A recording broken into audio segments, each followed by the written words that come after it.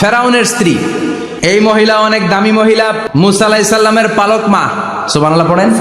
নিজের সন্তান ছিল না, সাইয়েদনা মুসা আলাইহিস সালামকে মায়ের মতো লালন পালন করেছেন। গোপনে গোপনে মুসা আলাইহিস সালামের উপর ঈমান এনেছেন। গোপনে গোপনে রাত্রিবেলা তাহাজ্জুদ পড়ে চোখের পানি ছেড়ে চাইতেন কার কাছে? ফেরাউনের বউ আর ফেরাউনের ফিনান্স মিনিস্টার, অর্থমন্ত্রীর বউ, দুইজন লুকিয়ে কালিমা পড়ে মুসলমান। ফেরাউন কিছু জানে না। সুবহানাল্লাহ। কি আল্লাহর খেলা! ফেরাউন লক্ষ লক্ষ বনি ইসরাইলের ছোট্ট বাচ্চাকে জবাই করেছে একটা বাচ্চাকে ঠেকানোর জন্য। নাম কি? মুসা। আর ফেরাউনের ঘরে আল্লাহ মুসাকে বড় করলেন। কোন সুবহানাল্লাহ। লুকিয়ে লুকিয়ে ঈমান আনলো। ফেরাউনের বউ আসিয়া, অর্থমন্ত্রীর বউ, দুইজন মিলে ফেরাউনের কাছে ঘটনা পৌঁছে গেল, খবর পৌঁছে গেল। ফেরাউন ডেকে পাঠালো। দুধের বাচ্চাকে নিয়ে ফেরাউনের অর্থমন্ত্রীর বউ হাজির। কুখ্যাত সন্ত্রাসী ফেরাউনের নিজের বউ আসিয়াও হাজির। ফেরাউন বলে, এক আল্লাহর উপর কুফরির ঘোষণা দে, আল্লাহকে বলে যা, আমার পায়ের সামনে সেজদা দে, আমি মাফ করে দেব। আসিয়ার এক কথা, জীবন যাবে কিন্তু ঈমান যাবে।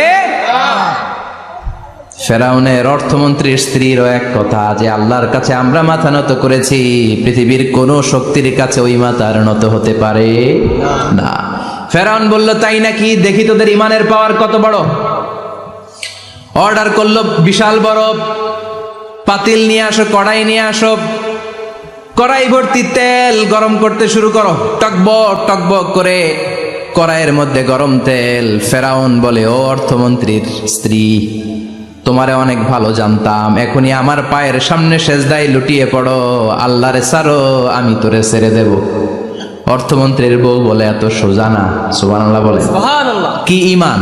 ঈমানের পথে অবিচল থেকে আমার মরণ যেন হয়, তোমারই কাছে মিনতি আমার, তোমারই কাছে মিনতি আমার, মহামহিম দয়াময়, ঈমানের পথে অবিচল থেকে আমার মরণ যেন হয়। পড়েন আমিন। আবার পড়েন আমিন। এক কথা, আল্লাহর সামনে মাথা নত করেছি, কারো সামনে করব না। ফেরাউন অর্ডার দিল, এই মহিলার দুধের বাচ্চাটারে টান দিয়ে আন, টকবক তেলের মধ্যে, কড়াইয়ের মধ্যে গরম তেলের মধ্যে ছেড়ে দে। মায়ের চোখের সামনে দুধের বাচ্চাকে গরম তেলের মধ্যে ছাড়ে। হিসাবটা কি সহজ নাকি? কথা বলেন। চিৎকার দিয়ে মা কেঁদে ওঠে, ছেড়ে দাও। ফেরাউনের নির্দয় অন্তরে দয়া হয় না। দুধের বাচ্চাটারে তেলের মধ্যে ছেড়ে দেওয়ার পরে মুহূর্তের মধ্যে ছেলেটা রোস্ট হয়ে যায়। কিন্তু ছেলেটা হাত উঁচু করে ডেকে বলে, মা ভয় পেও না, তোমরা দেখো টকবগে কড়াইয়ের ভেতরে তেল, আসলে মা এটা আগুন না, এটা জান্নাতের বাগান।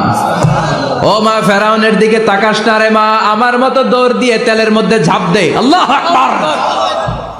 ফেরাউনের অর্থমন্ত্রীর বউয়ের ঈমান দ্বিগুণ হয়ে যায়, 3 গুণ হয়ে যায়। সে বলে, ফেরাউন, গোটা পৃথিবীটারে এক পাশে করতে পারবি, কিন্তু আমার মাথাটা তোর পায়ের সামনে নোয়াতে পারবি?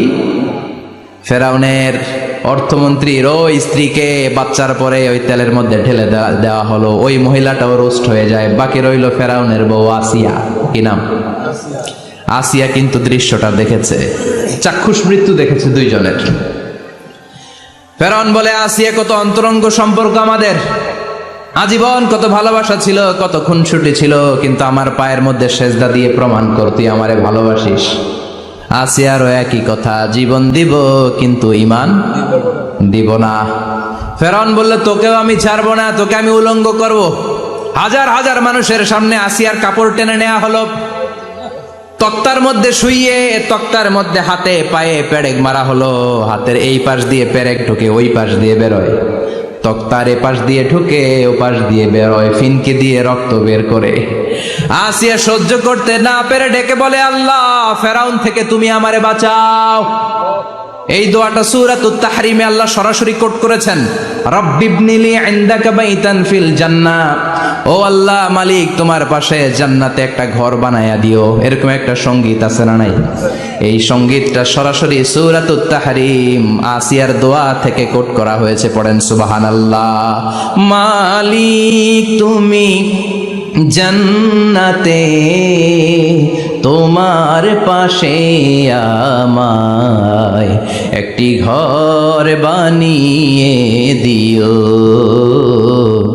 একটি ঘর বানিয়ে দিও সে বিভীষিকাময় মহাদিনে, তোমার প্রতিবেশী করে নিও। মালিক তুমি জান্নাতে তোমার পাশে আমায় একটি ঘর বানিয়ে দিও, একটি ঘর বানিয়ে দিও। আল্লাহু আকবার। সেই 5000 বছর আগের দোয়া আজও আমরা তাফসীর মাহফিলে গান বানিয়ে বলি। 5000 বছর আগের কথা আজও আমরা কোরআনের আয়াত হিসেবে পড়ি। আল্লাহু আকবার। কি মাকবুল হয়েছেন মহিলাটা আল্লাহর দরবারে। আল্লাহরে বললেন, আল্লাহ শুধু তোমার ইবাদতের কারণে আজকে আমার এমন দশা উলঙ্গ হওয়া লাগলো, আমার হাতে পায়ে পেরেক ঠোকা হলো, আল্লাহ এখন গরম তেলের মধ্যে ছেড়ে দেয়া হবে, তুমি বাঁচাও। আল্লাহ বললেন, জিব্রাইল আমার জান্নাতটারে আসিয়ার চোখের সামনে তুলে ধর। আমার আসিয়া দুনিয়ার বুকে থেকে এই জান্নাত দেখে দেখে আমার মেহমান হয়ে আমার কাছে আসবে। আসিয়াকেও গরম তেলের মধ্যে ফেলে দেয়া হলো। দুনিয়ার বুকে থেকে জান্নাতের নমুনাটা দেখতে দেখতে সাইয়েদাতুনা আসিয়া আল্লাহর কাছে চলে গেলেন। পড়েন আল্লাহু আকবার। এজন্য ঈমানের পথে অবিচল থেকে আমার মরণ যেন হয়। পড়েন আমিন। আমিন। তাহলে আসিয়ার জীবনী থেকে আমার মায়েদের জন্য শিক্ষা হলো, ঈমান ছাড়া যাবে না, বেঈমান হয়ে মরা যাবে না, মাজারে গিয়ে মুশরিকাদের কাতারে নাম তোলা যাবে। ওই মায়েরা ঈমান কেমন করে রক্ষা করবেন? ঈমান কত বড় দামি জিনিস, ঈমান একজন নারীর মর্যাদা আল্লাহর কাছে কত বাড়িয়ে তোলে। আসিয়ার জীবনে এই শিক্ষাটা আছে না নাই? কথা কম আছে, বোঝা যায়, বোঝা যায়। তাহলে প্রথমে জানলাম কার কথা? হাজারের কথা। হাজেরার জীবনী থেকে শিক্ষা ছিল তাওয়াক্কুল করতে হবে একজনের উপর, তিনি কে? আল্লাহ। আসিয়ার জীবনী থেকে আমরা কি শিখলাম? ঈমান রক্ষা করতে হবে। জীবন যাবে, ঈমান যাবে, জীবন যাবে, ঈমান যাবে। আসিয়ার জীবনী থেকে শিক্ষা হলো ঈমানের পথে অবিচল থাকতে হবে, ঠিক কিনা? ঈমানের পথে অবিচল থেকে আমার মরণ যেন হয়, তোমারই কাছে মিনতি আমার, তোমারই কাছে মিনতি আমার, মহামহিম দয়াময়, ঈমানের পথে অবিচল থেকে আমার মরণ যেন হয়। পড়েন আমিন।